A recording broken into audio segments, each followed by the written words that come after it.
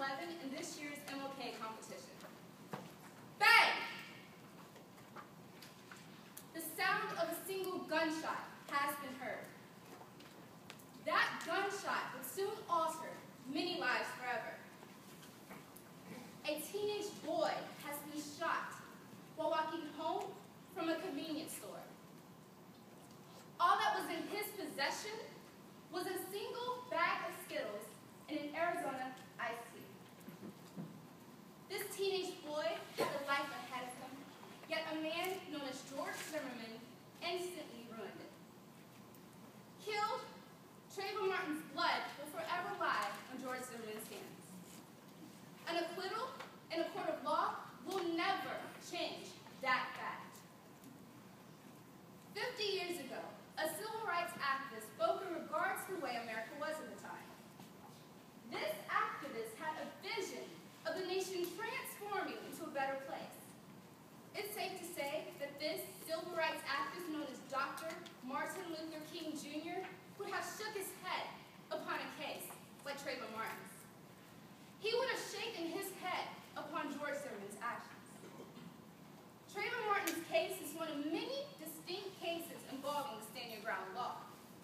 The origin of modern society's problem is the wrongdoing of the justice system. We have to think.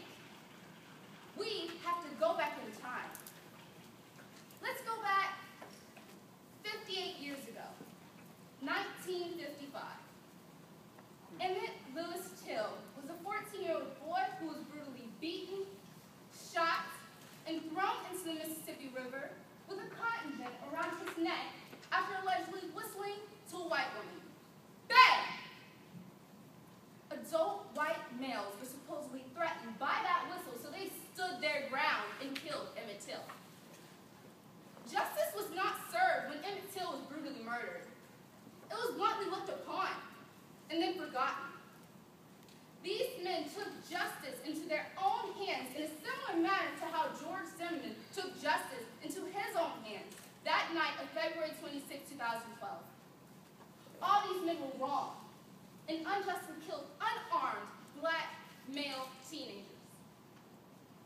George Zimmerman claims that he felt threatened by Trayvon, so he stood his ground.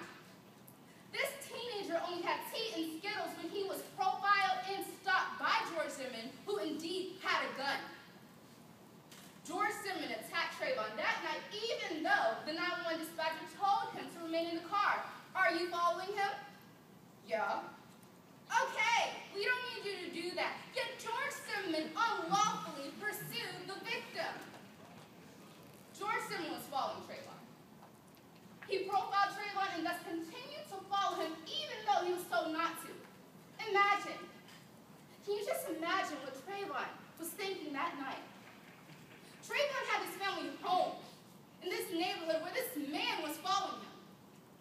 Taking the role of a young man, he may have felt the need to protect himself and to stand his ground. However, no one knows what really happened that night between Trayvon and George Zimmerman other than the two. And one's dead. His name is Trayvon. The other has just been acquitted for murdering him. Dr. Martin Luther King Jr. would most definitely advocate to repeal the Florida Stand Your Ground law. He would advocate to repeal the law no matter who the victim was. It's the law that promotes violence. It's not as much about the race of the victim. However, let's not look over the fact that there have been numerous amounts of these cases where the victims were indeed African-American males. The law itself is unjustly applied. Take, for instance, the case of Marissa Alexander, the abused woman who fired a warning shot at her abuser and is now sitting in jail for 20 years because she unsuccessfully argued stand your ground. Or defendant, Grayston Garcia, who left the scene of the incident, retrieved a weapon, and chased the victim down a Miami street before brutally stabbing him. Yet, he was acquitted for murder charges when he successfully argued stand your ground. How is it self-defense when the defense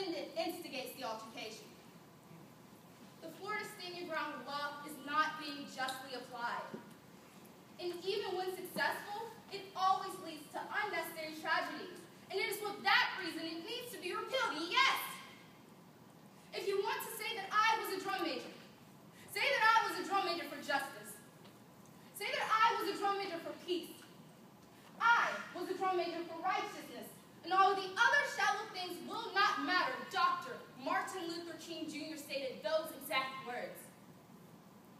It's time for justice to be served. It's time to rejuvenate the humble meaning of what peace really is. Now is the time to own the righteousness that civil rights activists like Dr. Martin Luther King Jr. dreamed about. Bang! That's how quickly the Florida Stand Your Ground law should be repealed. No more gunshots should ever have to be heard. No more innocent lives should have to be stolen by a gun or a knife or any other brutal weapon be justified under the Stand Your Ground law.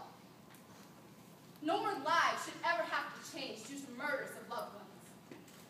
No more mothers and fathers should have to bury their own children. Cases should be looked upon and handled in a much more reasonable